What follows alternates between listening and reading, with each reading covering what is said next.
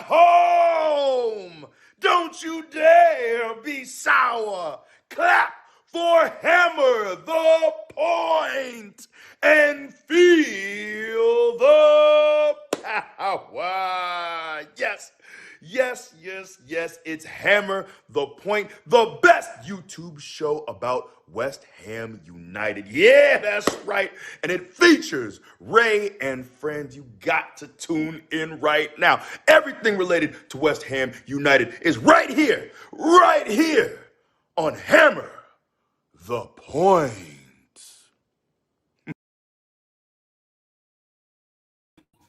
It makes me smile every time. I don't know how one intro makes me so happy every day. Good morning, good afternoon. As you can see, it is 1 a.m. in Liverpool. Welcome to Hammer the Point. Now, tonight, I'm probably going to get some hate because of what it says down below. Sell Antonio. We are going to talk about this. We are going to get Charlie off the fence. We are going to. Finally, you can't get me off the fence. I love the fence. Look me how and the fence comfortable he are is one. up there. I'm tucked in. I'm ready to. I'm staying on the fence, bro. You're gonna have to force me off it. You're gonna try. We shall see. Anyway, Charlie, good morning. How are you? It's bedtime for me, mate. I'm wrapped up. I've got a duvet today. I just thought, if I was gonna rock up today, I'm gonna be cozy, and that's what I've gone with.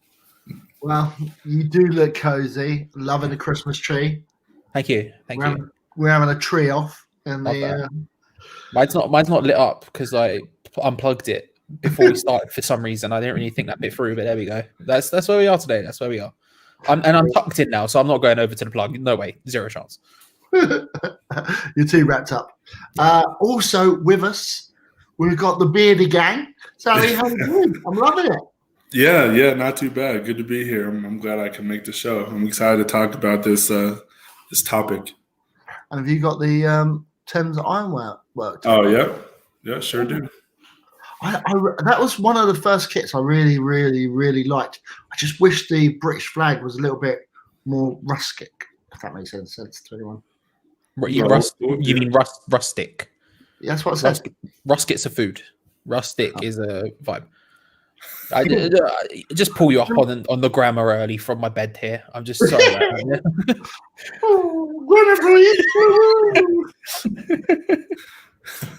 Anyway, thank you for joining me, boys, this morning.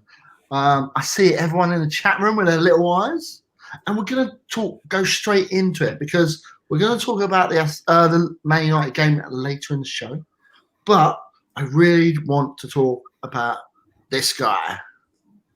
Antonio. Back with the PowerPoints. I love it. It's not a massive PowerPoint. I don't know. 3 slides is. It's the only way it could be less of a PowerPoint is if it was 2 slides. Then we're pushing it. Then it's just a JPEG if it's 1. Technically, this is mostly photos on the first one, so I can't even really count that one. So I do love the clip art in the bottom right hand corner. That was a beautiful touch. I'm a big fan of that. of that. So, right, guys, tell us in the chat. I just want yes or no. Should we sell Antonio? Yes. Should we sell Antonio? No. Yes or no? Put it in the chat. Come on, guys. There's 15 of you on. Let's see it. Charlie, yes or no before we start? Mikel Antonio, should we sell him? Yes or no? Oh, we're talking in January specifically, right? Yeah. Let's talk January. Yes. Sally, yes or no? Should we sell Antonio? No. Oh, I like it. Bit diversion. For me, I would say we have to sell him in this January transfer window. If we don't, it's got to be the next January transfer window at the latest. That is mine. Thank you, Safo. I appreciate the appreciation of the PowerPoint. It's very good. What I want to talk about next on this is his age, because I really think this is a big issue. Now, he's 31 in March. 31. Yeah, he's going to start getting slower. He's going to start getting more injured. He's going to start getting all these little bits. And can we just appreciate his middle name, Gregory? Gregory always makes me happy. Always makes me happy. Now, I want to say also, before I do get hate, is I like Antonio. I think he represents everything good about West Ham. His work rate. Love that. His determination. His fun side. A lot of people was giving him hate for driving in someone's front garden last year in a sandwich out of it. I appreciate that because I mean, he didn't hide away from the fact that he still had the Santa out of it. If that was me, I may have taken it off before I got out of the car. Yeah, but he might not have had anything underneath. Also, we can appreciate it from afar, but I'm certain if that was your garden, and using the term driving into was maybe a polite term, he crashed into it. It was a crash. Let's be fair about it. He did rock up in someone's garden uninvited in a Lamborghini. I would have been mad. However, when he come out as a snowman, I don't think I would. I think I would have been there. Go. If anyone's gonna crash in my front garden, I would appreciate a snowman. What do you think? It's one hell of a story. It's one hell of a story. That's a WhatsApp group chat I'd love to have been in. You get a message from Bill round the corner who just goes, "You never guess what's just happened." I'll give you 400 guesses. Go on, try. It's not gonna happen. I would appreciate being in the West Ham boys group chat.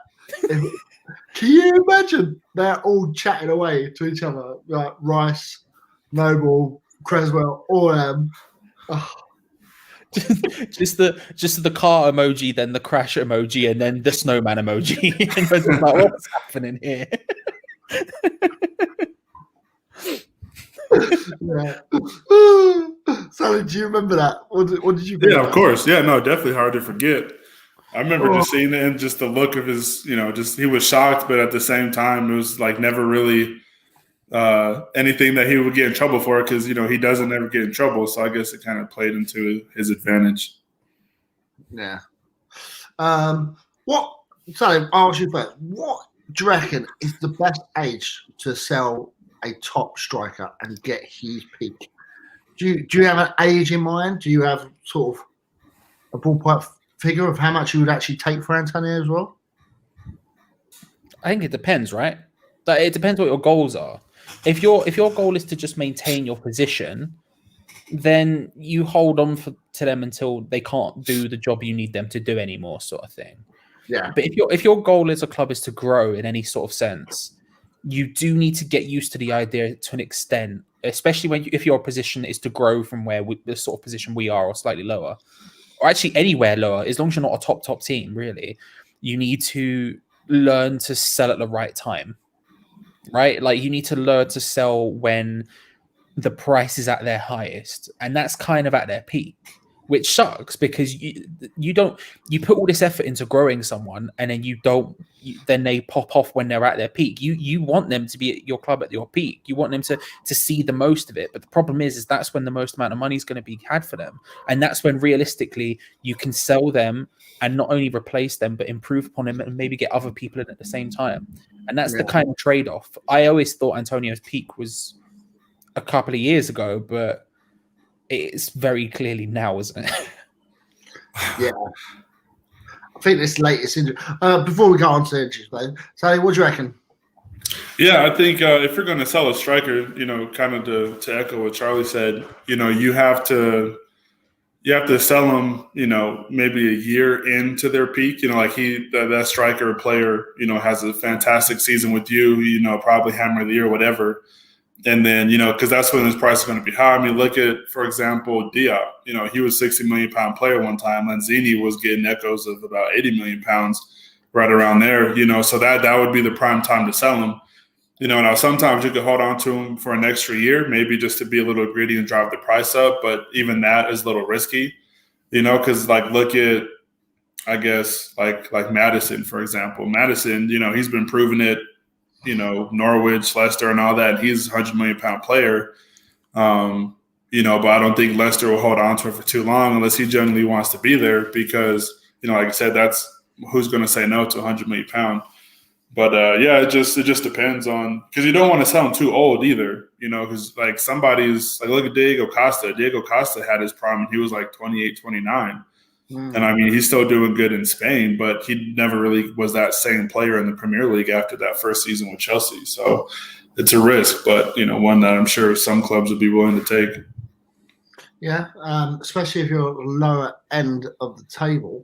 I think Sally makes a great point. Is like, did we keep on hold of Payet half a season too long or a season too long because of what happened, where he wanted to go? We could have got top dollar for him. Probably about double what we paid for him.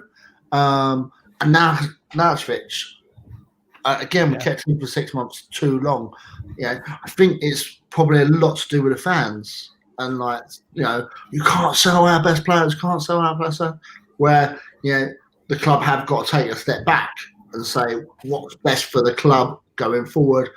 The fans won't understand it and may never understand it, but unfortunately, when you're in a leadership role and power position, you're always going to be hated.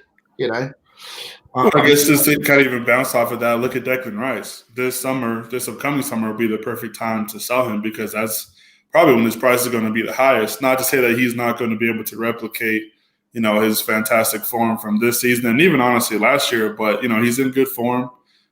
He's in good form for England as well. So, and he's still young and he's the captain of a club.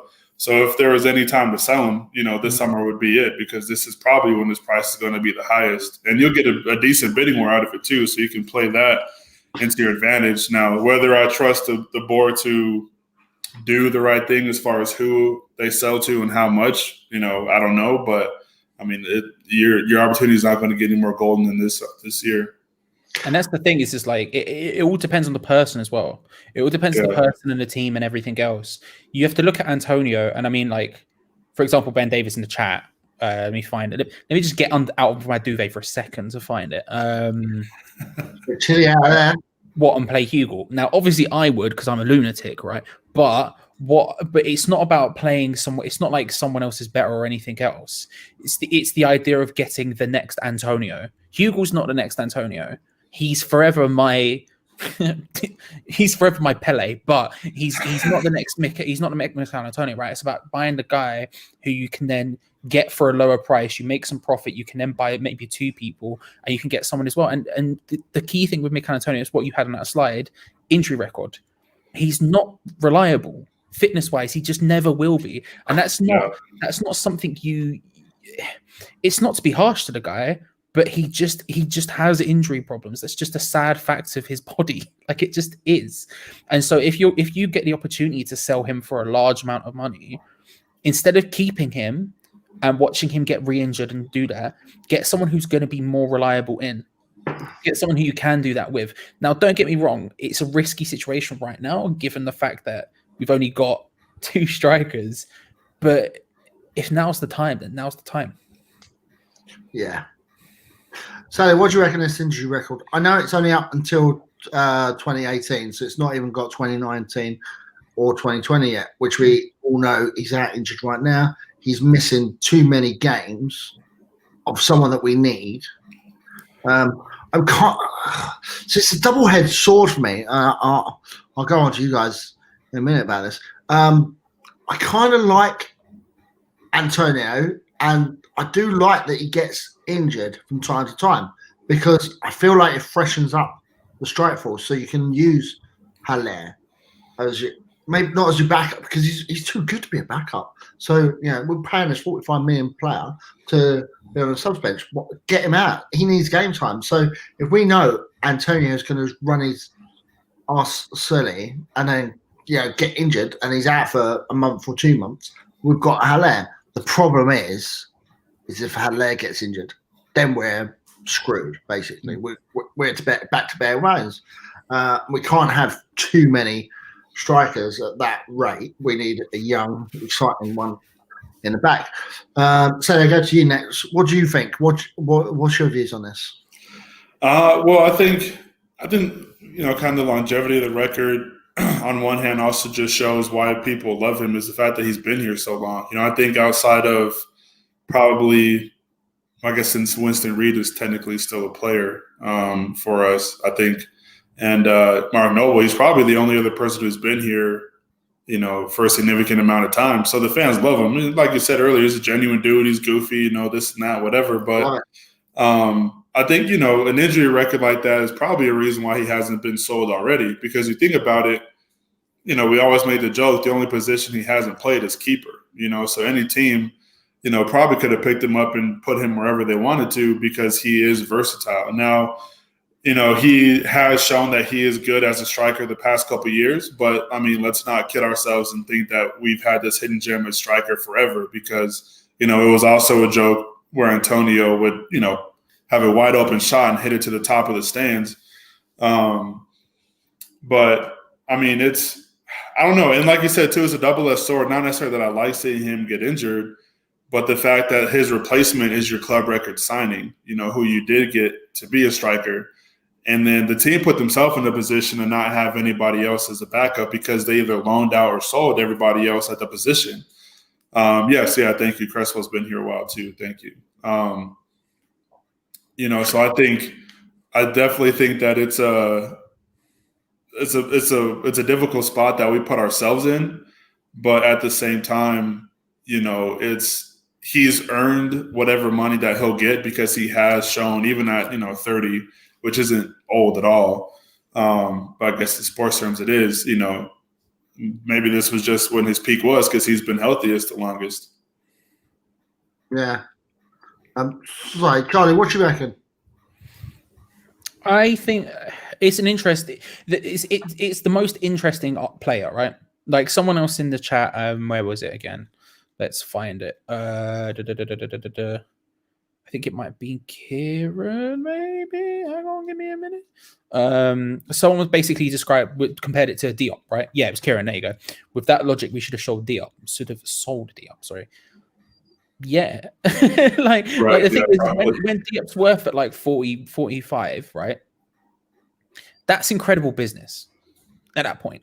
Now, Diop and Antonio are very different situations. If you have a situation where you have Diop could potentially get more expensive, Antonio's never going to get more expensive than right now. I thought he would have reached his peak price like 2-3 years ago, and that to be fair was because I didn't rate him at all as a football player. But he's proven to be an incredible striker when he's on form. He's proven to be incredibly useful. Obviously, he's very versatile as a player, and he's got the right attitude to where he could come in at any club and make himself a success.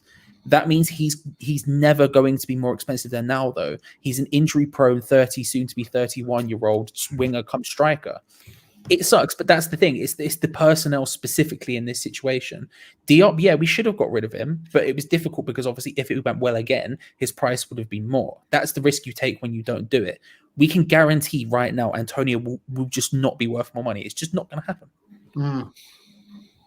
Yeah, I totally agree. And I think, at best.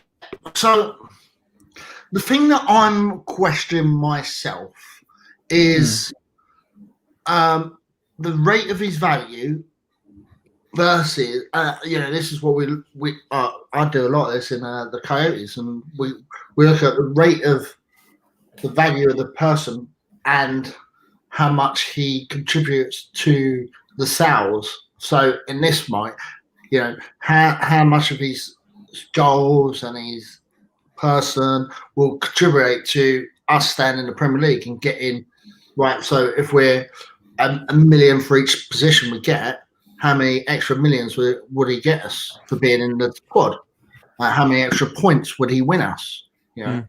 So even though his value might drop 5 million, he might earn us more than that in t-shirt sales, in Make-A-Wish foundations, all the good media, all that kind of stuff, ticket sales, squad league position, TV rights, keeping us in the Premier League. So his value then might jump up to 15 million, for instance. So one of the interesting comparisons was, do you remember when we first moved into the London Stadium and we were linked to, well, I was going to say we were linked to every striker under the sun. That's every year. But specifically, there was that season where we were looking at Batshuayi, we were looking at Lacazette, and we were looking at Carlos Bacca. And then the first two sort of, Batshuayi was dancing around it a bit, but Lacazette sort of said no outright and another that. I made an argument for Bacca, even though he was going on 30 and was not the best option out of them on an investment point of view. At that point, if we had brought Carlos Bacca in, even though the age profile was wrong and he was only going to depreciate in value and everything else, if he had fired us up the table, if he had fired us into a European position that season because he was that clinical at that time, if he had done that, then it was worth it, right? It was worth that money. This is Antonio at his peak. This is the most useful Antonio is ever going to be, and he's probably. Well, we hope he will, but it's not gonna. We're not gonna get European this season. So you have to ask yourself: is it worth keeping someone around because he's good for where we're at, or do we sell him and invest in someone who can take us higher, or do we invest in someone who maybe not instantaneously can take us higher, but in 2 years, 3 years, 4 years can take us higher, and then we sell them on for more money and then go again and go again. You know, Spurs is the obvious example. They sold Bale, bought 15,000 new players. A lot of them didn't work out, but guess what? The ones that did work out, bangers, absolute bangers. It's all risks and bits and bobs, and it's all kind of hypotheticals. So, for example, with the Jamie Vardy one that people are bringing up in the chat, for example, should Leicester sell Jamie Vardy? It's like, potentially, but do they look at Jamie Vardy and think, actually, he's going to provide us 20 goals? Let's invest in everyone else. So they sold Mahrez, they sold Kante. Should they have sold those? Probably, if we were in that position, people would go, no, of course you don't sell Kante. He's one of our best players. Yeah, well, they got a crap load of money for him, and then they bought in Didi. And two on the cheap. Yeah, Mahrez, same deal. Mahrez, they sold Mahrez, and they got other people for it. And now they're ahead of us. Now they're building. So but that's the luxury of having many of them as opposed to just Antonio and probably Declan Rice, like Selly said there. Yeah. Well, and I think a big part of that too, is, like I said earlier, you have to have a plan in place for if you're going to sell somebody, right? Like, we can't just sell Antonio and be like, all right, well, business done for the window. You have to have a plan to bring somebody back. Now, whether that is, you bring Silva back from his loan or whatever the case may be, you have to have a plan in place before you make any of those moves. Like Leicester and Tottenham did just go into it like, okay, we're going to sell Mahrez and see who falls into our lap. You know that they had a plan to say, okay, well, we're going to sell one of the people who helped us win the Premier League, but we're going to go and we're going to invest in these young players who can come up and, like you said, give us some stability for a while, and then possibly sell them down the road. But and again, too, how we've been mentioning is a double-edged sword. When somebody's been, in good form, and we just got off of a relegation battle. Like, maybe January is not the time to sell them because we're playing much better football now, and whether or not we make Europe, who knows? But at the same time, Antonio is the player who, whether he starts or comes off the bench, he is a difference maker. So maybe we use him for this season to get us, top half, top 7, whatever the case may be, and then we sell him because your price could probably be jumped up even higher than that. If he is able to get us a higher spot. Yeah, I think you've said it there. You need a replacement, and I think everyone knows that the ideal replacement in Moyes' eyes is Josh King, who potentially you could get round about 7.5, maybe 10 million mark. So, Sally, what do you reckon about that? Do you reckon Josh King's there for the taking? I mean, yeah, if Josh King comes in, then I'm pretty sure that spells the end for Antonio. And you could definitely sell Antonio for whatever it is that you need to cover the cost of Josh King. So I don't think that's the issue, but I think that would have to happen first. You can't sell Antonio and then hope to bring in King, unless you have a deal that's going to go down that he's, said that he's going to do it and whatever. But But yeah, I mean, it's a younger player, promising player. I wouldn't argue with it, but at the same time, like I said, that has to be something that is going to happen before you get rid of your backup or your starting striker. Yeah. What do you reckon, Charlie?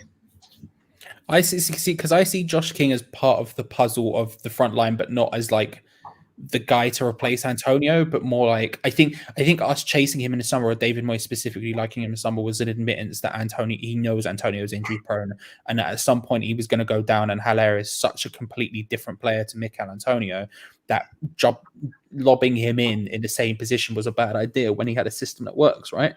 I think that's maybe what it was, as opposed to as a replacement or an improvement or anything else. I think he's technically slightly better than Mikel Antonio, but that's by the by, and he's slightly younger, of course. But if you said to me, we sold Antonio for a large amount and then got King in January to last until the summer for 10 mil, and then we reinvest and we figure it out, then I would probably take that, because I think monetarily it probably works out. If this is the luxury of us being so high up the table. Yeah. If we weren't this high up the table, then of course you wouldn't even come close to considering it. But in a situation where we're gonna probably flat out and end up somewhere around the mid-table, now's the time where you can almost take that free hit and then look again in the summer, and then at that point you've got Ben Rama's going to be here on a permanent. You've had time to look at him and everything else. You start to see like where the pieces lie and everything else, and then potentially, David Moyes' new contracts, other people contracts and stuff. It gives you that time to sort of figure that out. I would take that personally. Yeah, I totally agree. I do see Josh King as a parachute player. He's like, okay, we've got Antonio up here. We're going to need a quick parachute player to come in just to keep us floating to the ground, and then that gives us more time. It may even take 6 months to a year for us to find another player that we could get in as a younger market. So, and then you've got the extra transfer window money and all that kind of jazz to bulk up the extra money you get from Antonio. Even though I think we should look at getting some more players in January. So sorry, Sally, you looked like you was about to say something. Yeah, no, I was going to say, I think depending on how the moves for striker works, will also kind of hint at how much the board really back Moyes, because he's the one that's in training every day. He sees who's fit, who's not, and whatever. But if Moyes believes come the January window that we're maybe a younger striker, or just one or two pieces away from actually fighting for European football, the board have to do what they need to do to back him on that. So I think if he has a plan of, okay, well, let's sell Diop and let's sell Antonio, then that's the moves that you have to make, because that's what's going to help us. Because like I said, right now, who would have thought that we'd be sitting as high on the table that we were based off of last season? I think we've been lucky, but at the same time, 3 points are 3 points, and you're going to take them however you can. But at the same time, if we're just a couple pieces away and the coach sees that, you have to give him the tools that he needs to work with to get us to where we all should be, to be honest. Yeah, I agree about giving Moyes the tools, right? If selling Antonio gives him money to actually go and create his vision, and if you believe in that vision, again, and this has come from someone who doesn't believe in David Moyes' vision, but if you believe in his vision, then surely it's not a bad idea to get a longer term piece of that puzzle, as opposed to someone who's going to keep breaking down every 3 to 6 months and is 31 years of age, or will be 31 years of age very, very soon. Sorry. Yeah. I think the case with Vardy is exactly right. And 33, should they sell Vardy? Well, Vardy's not at his peak anymore. They're not going to get like 30 million for Vardy right now. I would not expect. However, so Vardy's value to Leicester is a lot higher than what he would be to maybe another team. I would say, because it's kind of like, okay, maybe going down on his dip, even though he still looks like he's getting stronger, to be fair to him. It's that rateable value of what he brings to the club. And, a 33-year-old could sit on the bench if they got someone a younger market. Like, Vardy's going to be 34 next year. But it's also one of those things that you can look at and say, does Vardy even want to go? Because selling him is one point, and I know selling him you can do really without, I guess, the player's consent, if you will. But I don't think that's like you never hear anything about Vardy saying, "Oh, I want to move to a team that competes for a championship every year." Because partially, Leicester have been a team that's been in the mix for the champion or for the title every season. I'm sure that plays a lot into it, but at the same time, selling them is one thing. I guess you could say this about Antonio too, but does he want to leave? Yeah, and from what I've seen, he wants a new contract, so that says to me that he wants to stay. He's from London, so I don't see him wanting to move out too far. And I guess, he has only got 6 months left on his contract. He's going to want to get a new contract. He's going to want a big deal. Whether we want to provide him with one is another thing. I think we're at our crossroads, or coming up to our crossroads, and like we can see ahead, right? So we need to make a decision whether to give Antonio a new contract and say, right, Antonio is going to be our main striker, but come the summer, we're going to need to find a new main striker if Haller's not the one for Moyes. So we've got to go and access. We either sell him and get most money, or we keep him but find a replacement for him, because then that's competition for our striking force. And we know Antonio is going to push. Well, I think if you keep him, you probably end up selling Haller, in all honesty, because I don't think as much grief as people give Haller for, being lazy or just being a different player or whatever, I don't think, for him being the player that, look at Anderson. Anderson doesn't start and he's not here anymore. And now he doesn't really start for anybody, so is re-signing Antonio your green light to sell Haller? Because you could probably get more money for Haller. Well, not probably. You would get more money for Haller than you would for Antonio. You could bring in more players. Yeah. Just on Kate is saying, Kate, come on.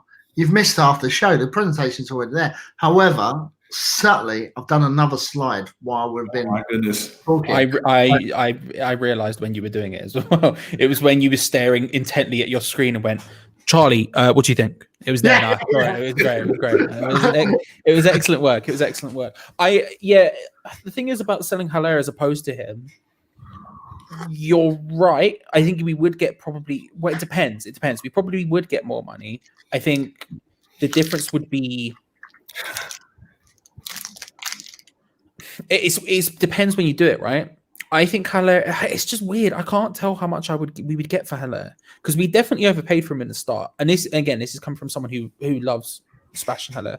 I think Sebastian Haller is the answer to our problems, but not under David Moyes. Under a different manager, it would be. But David Moyes doesn't suit his system, so it can't be, right?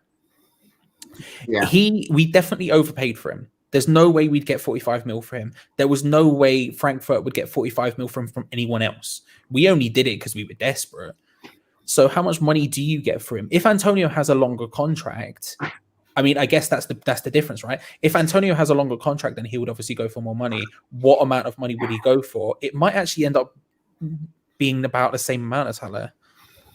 And Haller is significantly younger, can do more different things, has basically no injury record really compared to Antonio, especially.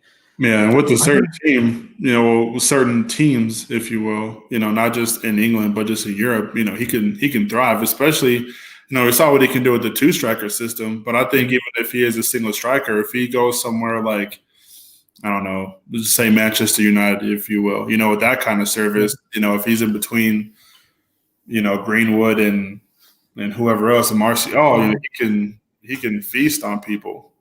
But the thing is, I think as well, what's interesting with Haller is we've seen him work under Moyes very recently. Yeah. Like when he was just lobbing him at Antonio's role and going, go, it obviously wasn't going to happen. It was never going to happen. But the last couple of games he's played, barring the last one, I guess, you started to go, oh, hang on, this is working. Like, and when it really wasn't working against Villa, David Moyes brought him on half time. He went, go, let's do it. Let's rock and roll. And I think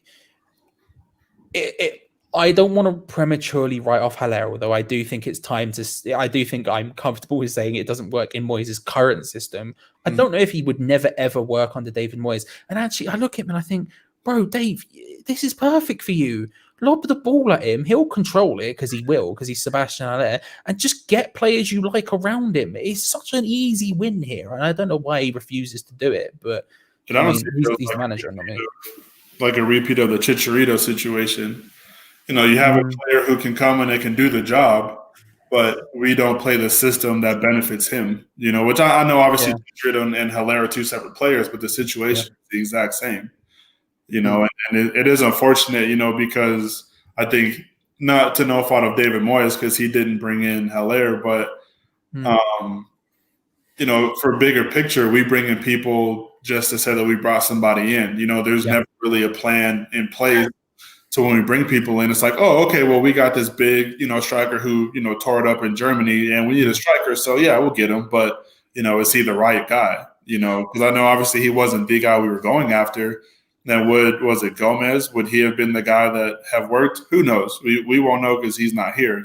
But you know, I think that just clearly shows that disconnect between the manager and the board. You know, obviously, you know, there's no recruiting system, but still, you know, I don't necessarily think. Well, I don't know. I guess that's a different story for a different time. But yeah.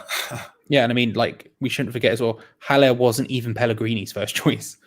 Right. He's the former manager who's a completely different style to David Moyes' second choice. Like, that's the kind of situation we're in. But I think that's the key. Is I think is when whoever it was talking in the chat about the 1-to-1, it would have to be someone who is 1-to-1 with Mikel Antonio instead of it buying here. Vernon said it has to be a 1-for-1 replacement type thing. I don't disagree because Antonio is so important, but at the same time, I think that's where we go wrong a lot of the time. If we spend, let's say Antonio went for 25 million, just off the top of my head, let's pick a number, 25 mil, right? If we spent 25 million on that striker and it doesn't work out, which isn't unlikely, let's be real, like players don't always work out. Even if you think someone's a dead cert, it might not work out. We've wasted it. Yeah. Is it not smarter then to invest, say, instead of 125 to 12.5 mils or whatever? And although you can get caught in that system too much, again, it's all about doing it at the right time and having the right money and then taking that risk. It is a risk, but then so's keeping Mikel Antonio because my man's got no legs most of the time, you know? And I'm not just talking about his legless driving either, Ray. Thank you. But yeah, that's good. The other thing with that as well is the first game, I was quite excited when Moyes first started. So, like, I'm sure most of the fans have seen that the Moyes' masterclass, where he talks about pressing from the front. And, you know, the first game of Moyes back on his second spell, I felt we did that quite a lot. We pressed from the front. And then Haller was really pressing. I got excited after the first game because I could see him working really hard and it was impressive. I was thinking, oh, maybe we're going to get a tune out of Haller as it is because, you know, this seems like it's going to work. So, and he seemed to have dropped off from doing that ever since. I think he's done it in the first two games and it started to drop off. So I don't know if that's him trying to save his energy or what, or if it's tactics. Moyes saying, no, I want you to drop back, not press as much because it's leaving pockets here and there. So I still have hope for Haller, and I want to see him to do well. The other thing we've got, and this is where my next slide of my PowerPoint, Katie, I see your messages.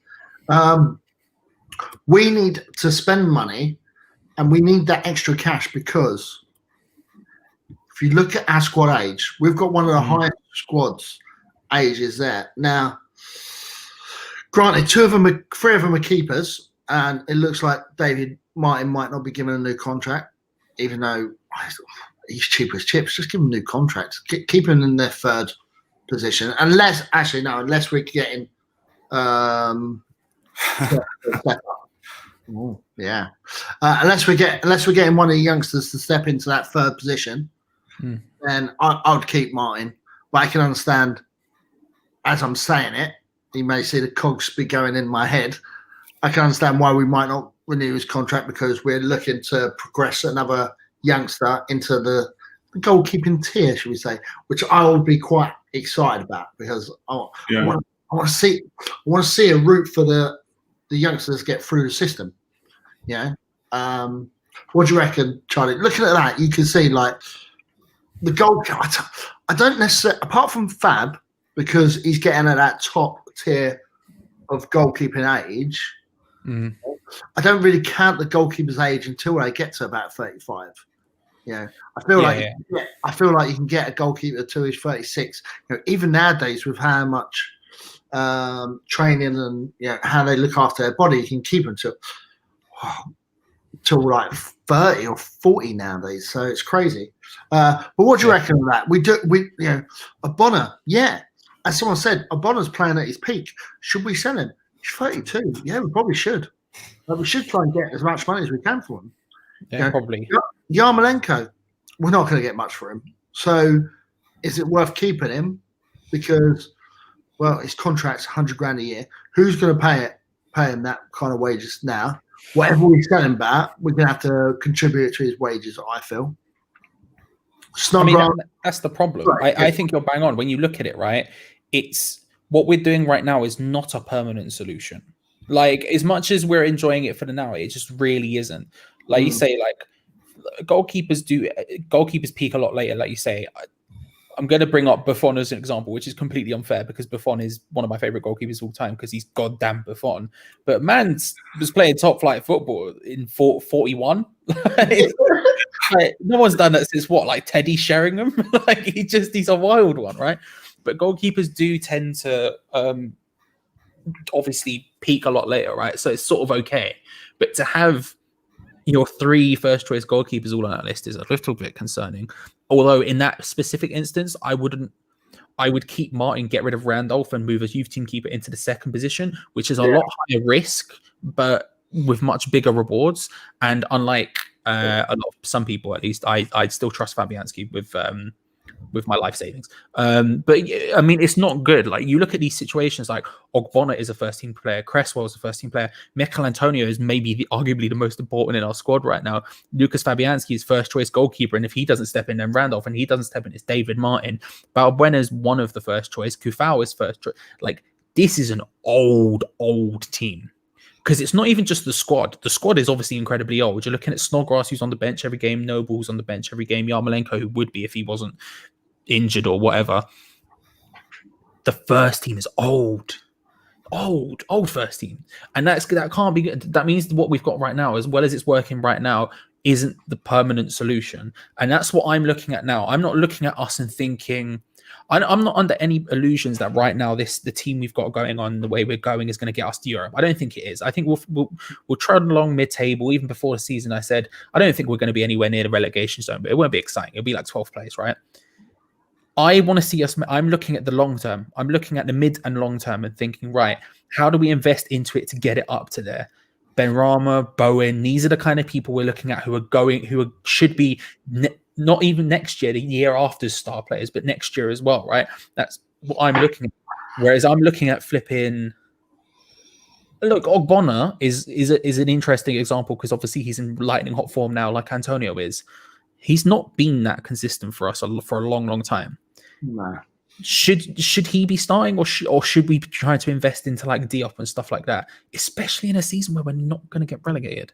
I don't know. I think this all comes down to the thing. Now, David Moyes won't do that.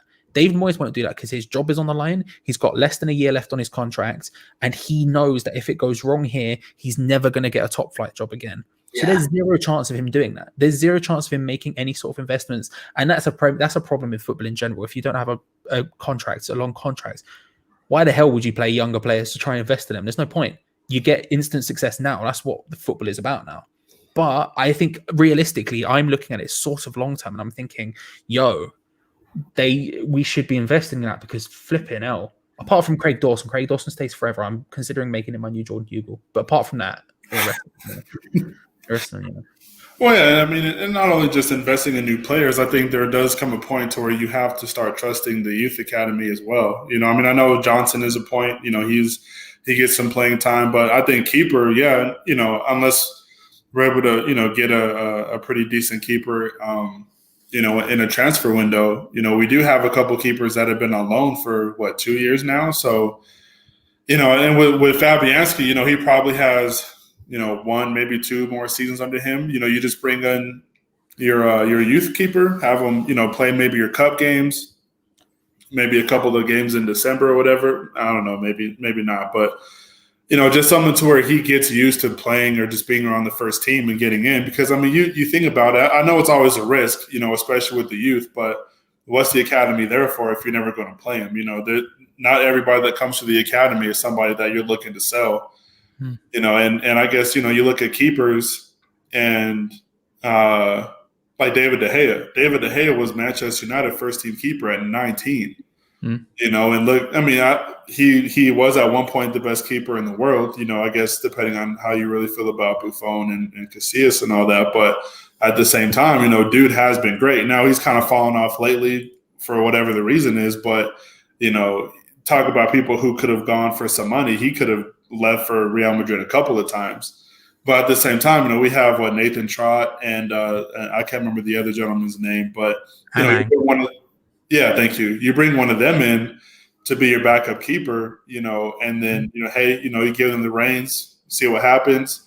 It's too bad that Ngakia left because him and Johnson could have, they could have been your starting left and right back for a few years. We have Silva for potential strikers. So, we have some options, and obviously we have more midfield options too. But at the same time, we can't just loan them and never use them for ourselves because, you have the academy for a reason, but it also will save you money from not always having to go out and buy players because you don't always need to. And let's be real, you invest in any of those youth players, even a tiny bit, whatever money you make from them is profit anyway because you didn't buy them. But also, if you invest in them a little bit, they're going to go for 3 times, 4 times, 5 times, 6 times what they'd be worth if you give them just a little bit. Like Diangana played 10 Premier League games and then had 1 season in the Championship. He's gone for 15 mil, which was arguably less than he was worth. That's just after a season and a tiny bit. Imagine if you actually gave someone a couple of seasons, gave them like a Yeti, right? And I know he's not a West Ham Youth Academy player or whatever, but let's say he'd actually been given a full chance in the Premier League, and yet we still got a decent offer for him and let him go. It wouldn't be for the basically 4 million or whatever it was he went to Celtic. If he'd got 10 goals in the Premier League, he would have gone for double that, triple that, easy. And that's not a big sacrifice, but it's smart business, and that's what we're not doing right now. We're playing silly buggers. Yeah, and when you just said about putting Trott as the third, getting rid of what was you saying? Get rid of Randolph and put Trott in as number 2. Yeah. In my head, I would rather have Randolph as the number 3 than Martin, just because I love Martin, and that moment that he gave us with his dad and against Chelsea and saying that will treasure me forever because that made that season a lot better than what it actually was.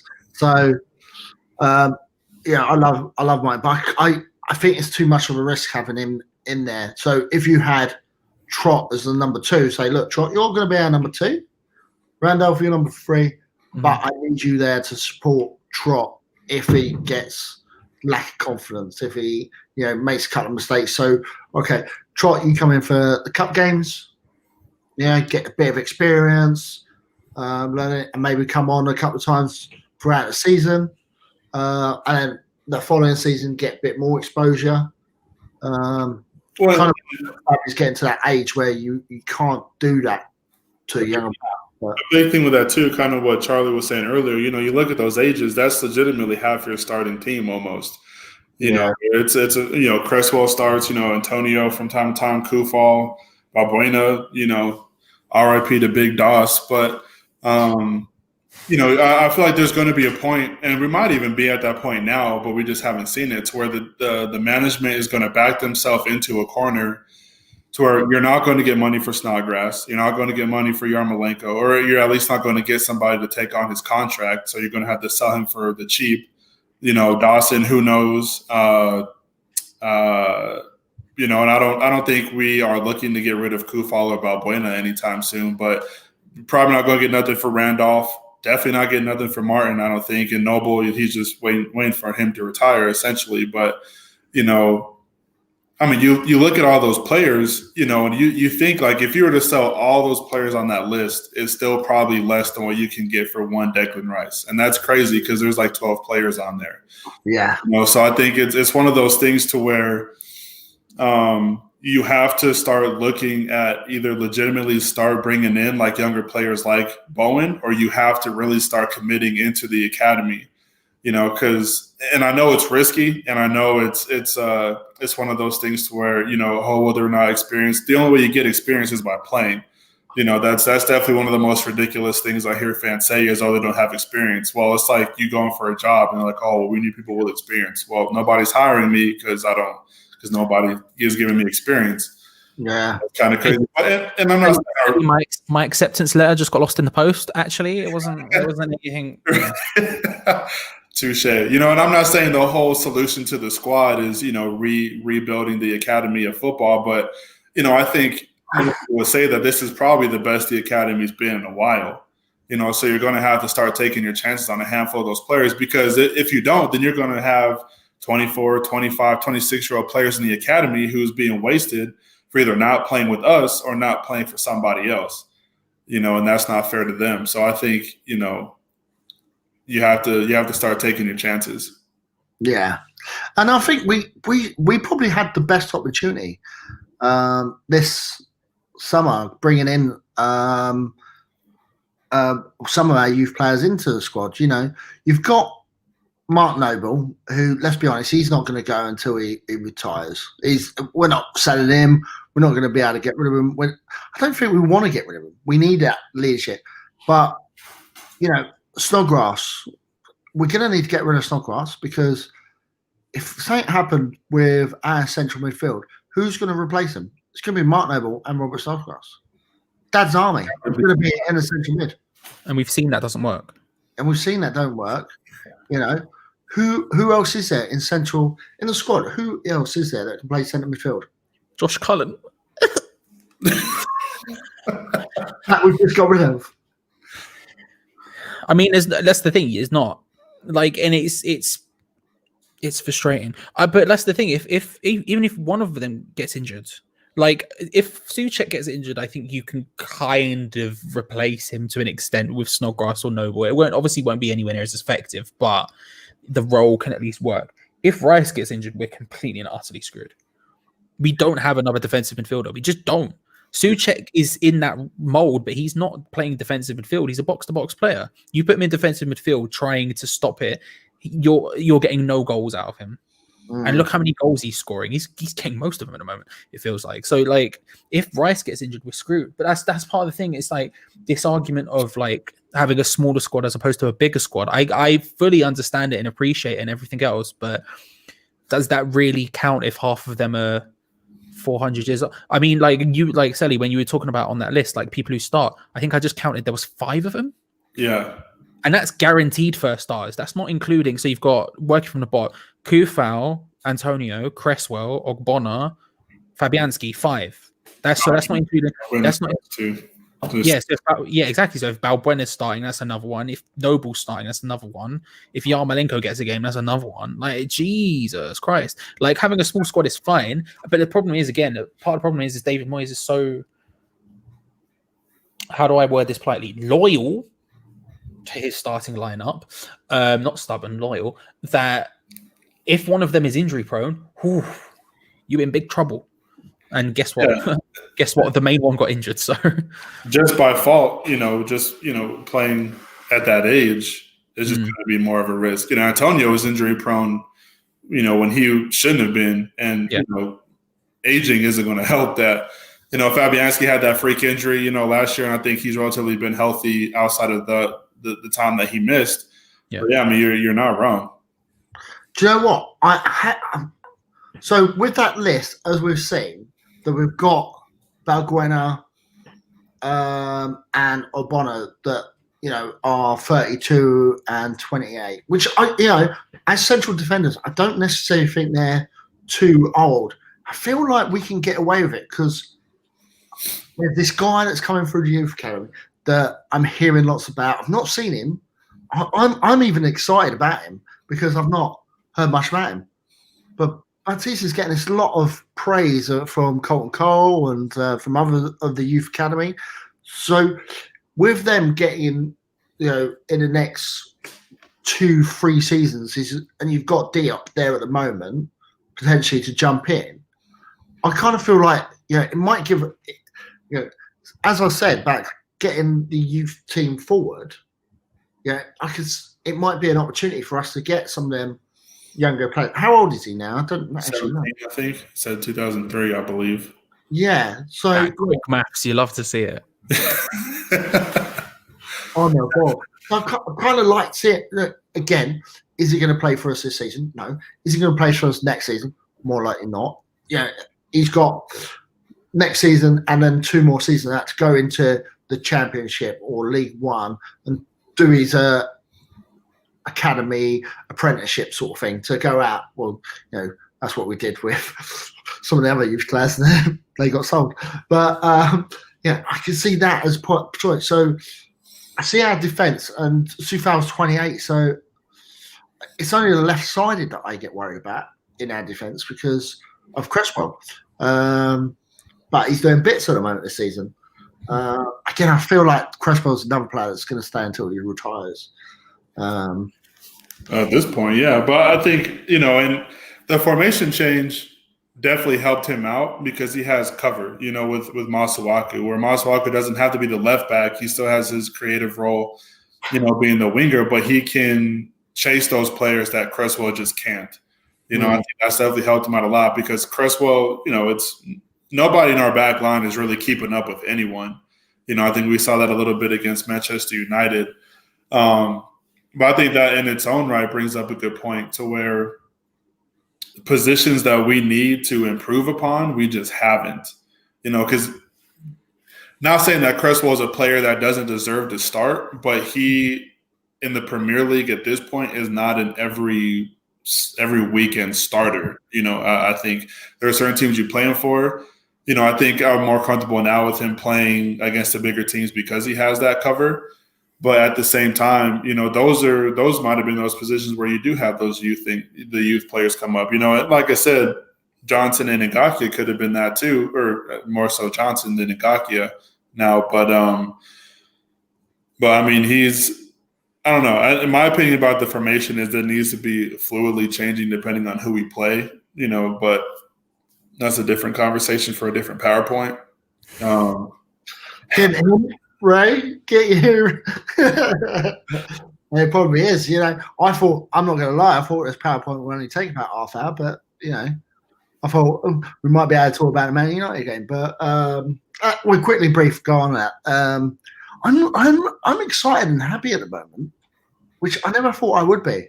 We were saying this on Two Spanners, One Hammer, and join the patient. The Hammer Chat Patreon exclusive podcast that's made just for you. That one, right? Is that what you're talking about? Made for you by us two. Right. Sorry. And Sally, are you a patron? I am not. Hang on, wait. Ooh. Sally, are you a patron? No, I'm not. I'll forgive you because you've got an amazing beard, but thanks. I just think you could be on our show with us, a bit like this. I mean, he's literally on a show with us right now. I don't know if that's I can't lie about it. I don't know if that's a selling point. The cheapskate, he wants it for free. That's what it is, Charlie. And the worst thing is we gave it to him, Ray. What does that say about us? What does that say about us? It means we're cheaper. But just quickly, are you happy? Even though we lost against Man United, are you happy, Charlie, or are you upset? I'm content. The Man United one, I'm sort of content by because it's Man United. I was more upset by the 3 games before, which is weird because we won. I was like, I feel like we're riding our luck here. I feel like at some point it's going to come crashing down. I think Man United are a better team, and they showed that when they rocked up and they put all their best players on and they blew us away. That it happens. It happens. I can't be too mad about it against Man United. Now, Leeds is a different prospect. I'm scared. I'm excited. Like I said to you, Ray, on Two Spanners, One Hammer, the Hammer's Chat Patreon exclusive podcast. When I said that to you on there, like Leeds are a different prospect entirely. They are like, I don't even know what to expect there. But if it was a team, if that performance had happened against, say, Sheffield United, and Sheffield United had pulled it out of the bag, then I would have been a lot angrier. But we didn't. We carried on going and we got the win despite the thing. So I'm content at the moment. I'm content, but I'm a bit concerned about these signs that we keep showing of weaknesses and not showing up too much despite getting wins, because I do think your luck runs out eventually. But I can't complain because we're getting the points and we're so high on the table. So, all right. Sally, what do you reckon? Man United happy? Yeah, I mean, I think it was to be expected in a degree, because it is, Manchester United. Now they're not, what they used to be, but they still have those players that, can carve up anybody. They had their front three last year. Was it Martial, Greenwood, and Rashford? That was the highest scoring trio in the league. So they're gonna definitely they're going to be a handful, but at the same time, we did handle them for 65 minutes, which, was a huge positive. But just like Charlie said, I think it was just a case of our luck running out, because we got lucky against Villa. We got lucky against Fulham and Sheffield United, so I think it's just one of those things to where we've been playing decent. We just have to take that next step. And like I said, points are points, no matter how you get them. We could play the whole season playing ugly football. If we finish fourth, hey, nobody's going to be more happy than me. But it just goes to show just where that difference in quality is, because they brought on their subs at halftime, and that's those subs are pretty much you change the game for them. But I mean, I'm not upset. And the one thing that was funny, I was watching the highlights again and watching that ball that went up to the Pogba score, and I was looking at the side ref, and out of anybody who should have called that ball out, it was him. But he wasn't looking at the ball; he was looking to make sure his player that he was watching was onside, which is frustrating or whatever. But the other thing I noticed too about that I'm surprised didn't stop play is David Moyes started clapping because he thought the ball was out. And the United manager was, looking to get his team back on defense. So, I mean, it is what it is. You can't change it now. But, there's a lot of positives to take out of the game. We just have to improve. Drake, crazy too. Yeah. I was going to say, if I was the manager, I just would run on the pitch and go, ref, look, who's that? Yeah. Take a booking for the team. But it was a convincing argument. It was too, Ray. Right? There you go. And ref's like, got you. Sorry, right? Throw in, guys. Throw in. Sorry, remember. Yeah. But guys, thanks very much for coming on. We've gone over an hour with one PowerPoint presentation. I thought it was going to be another 2.5 hours, and maybe we match a Lee record. Let's go. Let's do it now. Come, let's go. Let's do it. Marathon now. What are we saying? 24. Let's go. Well, I'm hoping Barca is going to go onto YouTube or say it himself and do all the West Ham graphics and spend an hour doing that. That'd be nice to see. Let's see what he thinks about it. Why he's spying on the club. He looks at West Ham and goes, I'm not spying on them. It's not worth it. But good night, everyone. Thank you for everyone in the chat. Loads of comments I absolutely appreciated. Don't forget to go to the store, buy a T-shirt for Christmas if you've got a little bit of pocket money. Go join us. Go buy the hammers. I'm still waiting for a Hammer Point T-shirt. A bit disappointed at that. Yeah. I mean, I just feel like yeah, exactly. We're just two Spanners, one Hammer, the Patreon exclusive podcast. Maybe we just make our own T-shirts, Ray. Maybe it's just that. Maybe we just say that over and over again on just a T-shirt. I think that could sell. Well, I did give an idea for a T-shirt, but you blew it out of the water. I did not blow it out of the water. I just didn't bother to make it, Ray. There's a difference. I'm lazy, not rude. There's a difference. It weren't that great, Sally. You're not missing much. Don't worry. But, one last thing to say. I'll chat to you guys off here. Come on, you guys. See you later, everyone. We're going. We're out of there. It's good night. It's good morning.